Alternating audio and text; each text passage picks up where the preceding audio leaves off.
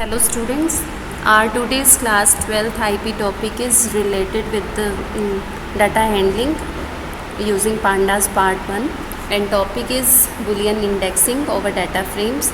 With this topic you will be becoming more familiar with the data frames and you will come to know what is the use of .loc, .iloc, .ix function over data frame. First of all, you should be able to know what is Boolean indexing. So for that, first I should be explaining what is Boolean. Boolean means having such values in which true and false is given. Boolean values are true or false.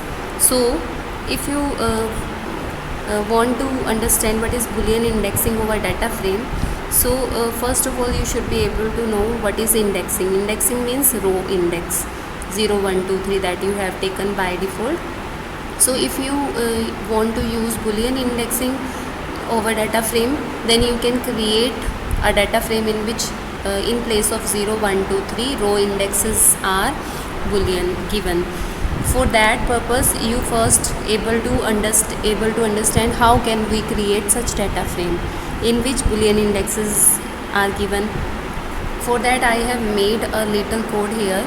First I have imported pandas here, created the dictionary, created data frame, and in this statement you can see what is I have written index equal to true, false, true, false. I have used here 4 values in index because I am having values 4 here. In every key value we are having 4 values there for every key. So indexes also should be 4. So if you display this data frame, you will see such data frame here. Your data frame will be shown as such. True, false, these are the row indexes and your data was Aparna, Pankaj, Sudhir, MBA, BCA, etc. सो ये था कि हमने कैसे बनाना सीखना है ऐसा index, ऐसा data frame जिसमें इंडेक्सेस क्या है बुलियन. तो इस तरह से आप डाटा फ्रेम बना सकते हो विद बुलियन इंडेक्स. नाउ अगर आपको ऐसा बुलियन इंडेक्स वाला आपको डाटा फ्रेम मिल जाए और you want to access that data frame, then there are 3 options for accessing that. First is use of .loc, use of .iloc, use of .ix. So first से शुरू करते हैं .loc से. अगर आपको किसी डाटा फ्रेम में से डाटा एक्सेस करना है तो आपके पास 3 ऑप्शन है, iloc, loc और ix. फर्स्ट हम देखेंगे .loc का यूज़. तो इस एग्ज़ाम्पल में इतना तो ये तो सेम है as that of previous. Means यहाँ तक हमने क्या किया है, we have only just created a data frame with Boolean indexing. तो LOC का यूज़ देखना है अगर, तो उसके लिए मैंने कहा है प्रिंट df.loc ट्रू. तो ये क्या होगा, आपके df डाटा फ्रेम में से उन रोज़ को डिस्प्ले करेगा जिन रोज़ में इंडेक्स क्या है ट्रू, और वो आपके डाटा फ्रेम, आपका कंप्लीट डाटा फ्रेम ये था और डिस्प्ले होगा ये. मीन्स आपको ये रोज़ दिख रही हैं जिसमें रोज़ का इंडेक्स क्या है ट्रू. तो in this way you can use .loc function. Next topic is accessing data frame having Boolean indexing with the use of .iloc. Now I stands for integer here. तो अगर आप iloc को use करना चाहते हो data display करने के लिए, तो अभी तक हमने देखा था LOC के साथ ट्रू, तो iloc के साथ भी if you want to try true और फॉल्स, ऐसे ये स्टेटमेंट अगर आप लिखते हो df.iloc ट्रू, तो ये क्या होगा, this statement will generate error. ये ट्रू फॉल्स के साथ काम नहीं करेगा. तो अगर आपको करना है तो आपको कोड 2 देखना है, दैट इज़ df.iloc 1.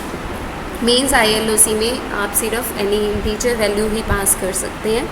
तो मैंने यहाँ पे 1 पास किया. अब ये क्या करेगा, आपको वो रोज़ दिखाएगा जिसका रो इंडेक्स क्या होगा 1. तो रो इंडेक्स 1 किसका है हमारे पास,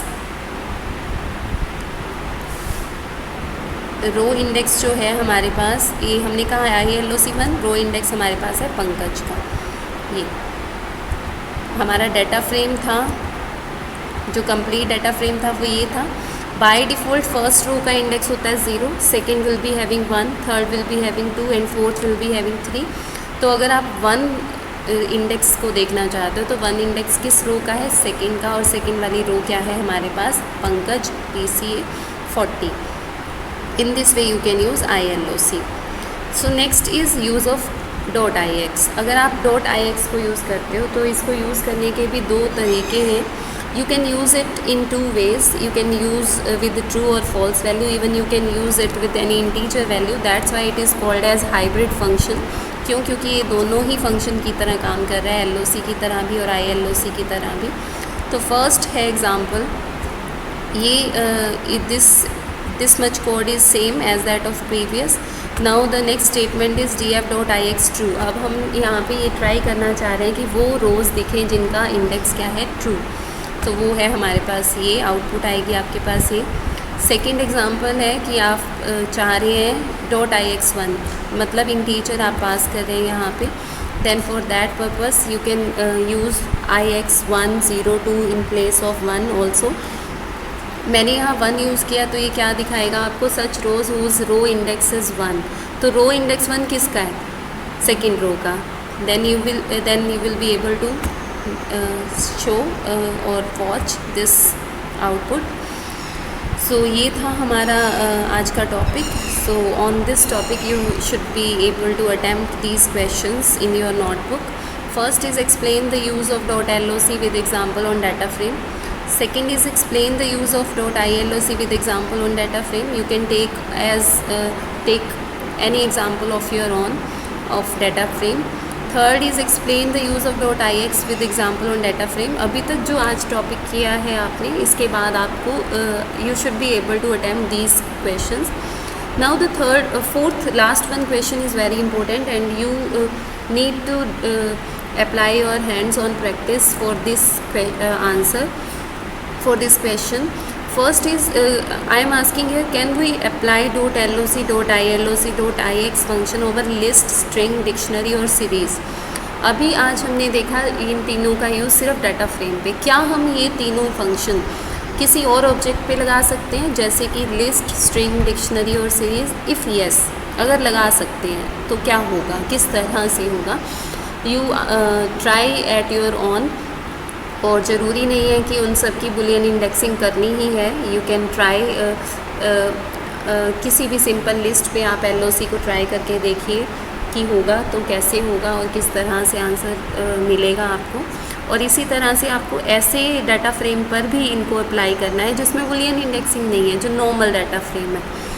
so try at your own. This was all for today's topic.